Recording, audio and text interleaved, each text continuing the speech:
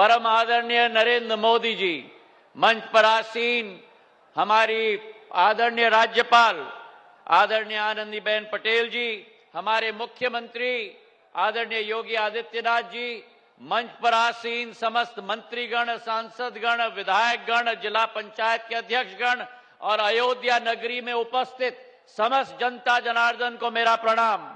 आज का दिवस मेरे भाई और बहनों एक ऐतिहासिक दिवस है। वो दिवस है जिसके लिए हजारों सालों से इंतजार था। वो समय निकट आ चुका जिस समय में प्रधानमंत्री नरेंद्र मोदी जी का जो दृढ़ संकल्प था, उस संकल्प के आधार पर हमारे सूर्यवंशी अयोध्या नरेश भगवान श्री राम की दोबारा पुनः स्थापना प्राण प्रतिष्ठा 22 जनवरी को अयोध्या नगरी में की जाने वाली है।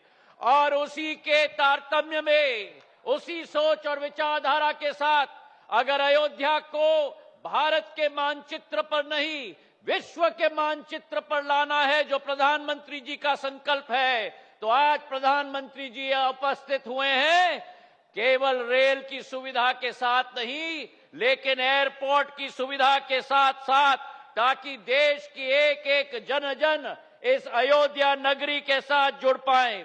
और यही एक सोच विचारधारा है भारत की अमृत काल की इस पीढ़ी पर, जहां भारत एक तरफ एक आर्थिक नक्षत्र की तरह उभर रहा है, तो दूसरी तरफ भारत प्रधानमंत्री जी का संकल्प है कि आध्यात्मिक नक्षत्र की तरह भी उभरे।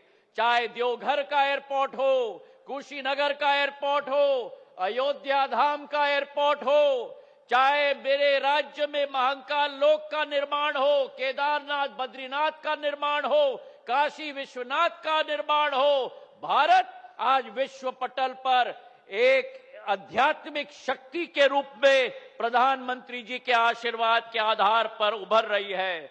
और आने वाले दिनों में 22 तारीख को भारत की आत्मा में स्थित द्वीप पुनः ज्वलित होगी और इसे ज्वलित करने का काम भारत के प्रधानमंत्री आदरणीय नरेंद्र मोदी जी, जो भारत की आत्मा की ज्वाला है, उनके करकमलों के साथ की जाएगी। हवाई अड्डे का निर्माण प्रधानमंत्री जी का निर्देश था। ऐसा भव्य हवाई अड्डा बनना चाहिए जिसका विश्व स्वरूप हो।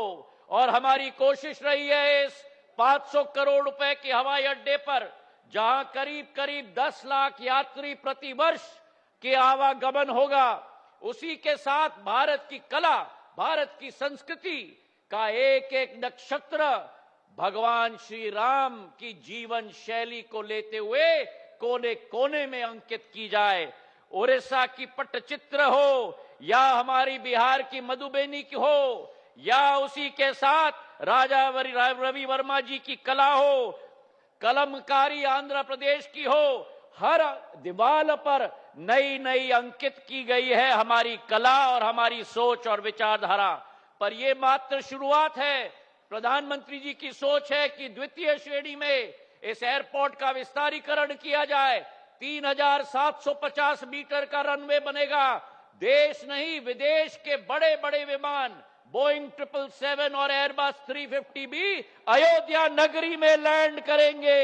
ये प्रधानमंत्री जी का संकल्प है मेरे भाई और बहनों। और उसी के साथ जहां 65,000 स्क्वायर फुट का अभी एयरपोर्ट बना है, वही 5 लाख स्क्वायर फुट का एयरपोर्ट अगले फेज में बनने जा रहा है अयोध्या के अंदर मेरे भाई और बहनों। और आज के शुभ दिवस पर जहां प्रधानमंत्री जी के करकमलों से हमारे ट्रेनों की श्रृंखला की शुरुआत हुई है, वही इसी एयरपोर्ट पर इंडिगो और एयर इंडिया के दो विमान देश की राजधानी, राजनीतिक राजधानी दिल्ली को देश की धार्मिक राजधानी अयोध्या के साथ जोड़ने जा रहे हैं मेरे भाई और बहनों। और आने वाले 15-20 दिनों के अंदर भारत के कोने कोने को हमारे अयोध्या के साथ जोड़ा जाएगा। चाहे अहमदाबाद हो, चाहे मुंबई हो, चाहे बेंगलुरु हो, चाहे कोलकाता हो, ये प्रधानमंत्री जी का संकल्प है। तो आज अगर देश में सबसे बड़ी कोई शक्ति है, जो विपक्षी सरकारों ने अयोध्या को कभी मान सम्मान नहीं दिया, प्रधानमंत्री जी ने वो संकल्प लिया कि अयोध्या को विश्व पटल पर हम लोग निखारेंगे।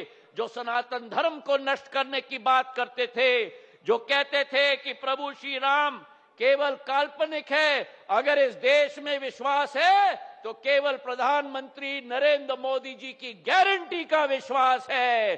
और वो गारंटी प्रधानमंत्री नरेंद्र मोदी जी, जो सेवा, सुशासन और गरीब कल्याण की सरकार, वो प्रधानमंत्री नरेंद्र मोदी जी की गारंटी, जिन्होंने 2020 में भगवान श्री राम का हमारे मंदिर का शिलान्यास करवाया, वही प्रधानमंत्री नरेंद्र मोदी जी की गारंटी जिसके आधार पर प्राण प्रतिष्ठा हो रहा है, और वही प्रधानमंत्री नरेंद्र मोदी जी की गारंटी जिसके आधार पर एक नवीन हवाई अड्डा और रेल स्टेशन की सुविधा मिल रही है। इन्हीं शब्दों के साथ प्रधानमंत्री जी का स्वागत और धन्यवाद तालियों की गड़गड़ाहट से हम सब लोग करें। जय हिंद, जय भारत।